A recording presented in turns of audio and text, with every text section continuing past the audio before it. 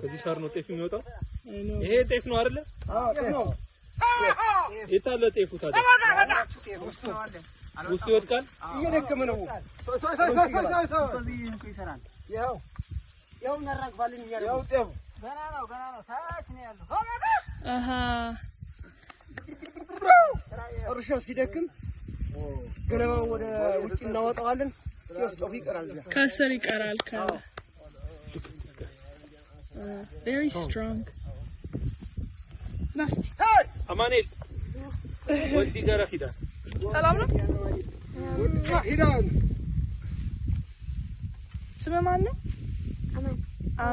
አማን وحي ثمرين بي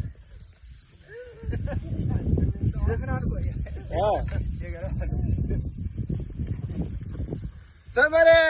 عليه يوحلو القباني